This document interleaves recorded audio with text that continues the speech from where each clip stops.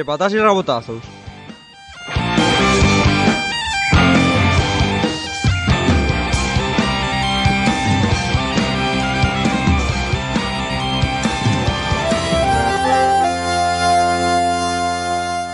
Si yo vos digo cuernos y pezuños, yo vos daréis cuenta de que estoy falando de vaques, pero non dunha vaca cualesquiera, sino dunha vaca típica de Asturias, la casina.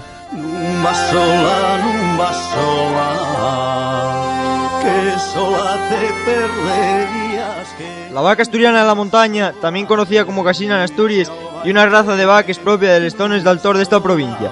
Esta vaca paeció antaño na península como un tipo de vaca seca y de aspecto flaco, aunque por lo general suelen estar gordes con abundantes boles de unto pel caldar y los encontos. Díxome que non chorara, que echará penas ao aire. La vaca casina topas en estones altes de la región, aunque por lo general donde más abunda y en el concello asturiano de Caso.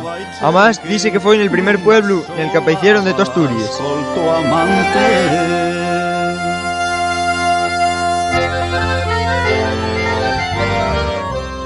Úsase por lo común como vaca lechera y también pa carne, pero su principal uso es la leche, pero porque los xatos de estos vaques suelen ser ruinos, con leche medren y críense bien. También estos xatos cápense para hacer hues y tirar na pareja pel xugo y el querro.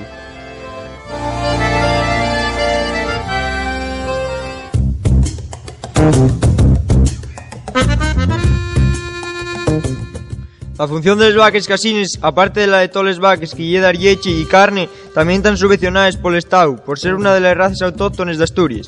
Pero anguaño, esta subvención y el principal beneficio porque se tienen estos vaques.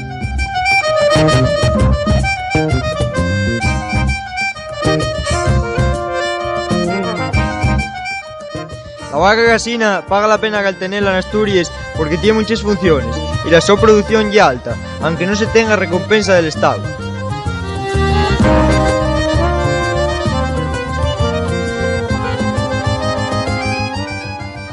Cuando los asturianos miren la vaca casina, ven buena cuerna, buena capa, buen caldar, animales nobles, xatos listos y valientes. 1000 años de evolución fixeron que esta vaca se adaptara a las montañas y a las condiciones climatológicas de Asturias, condicionando el uso y la explotación del territorio.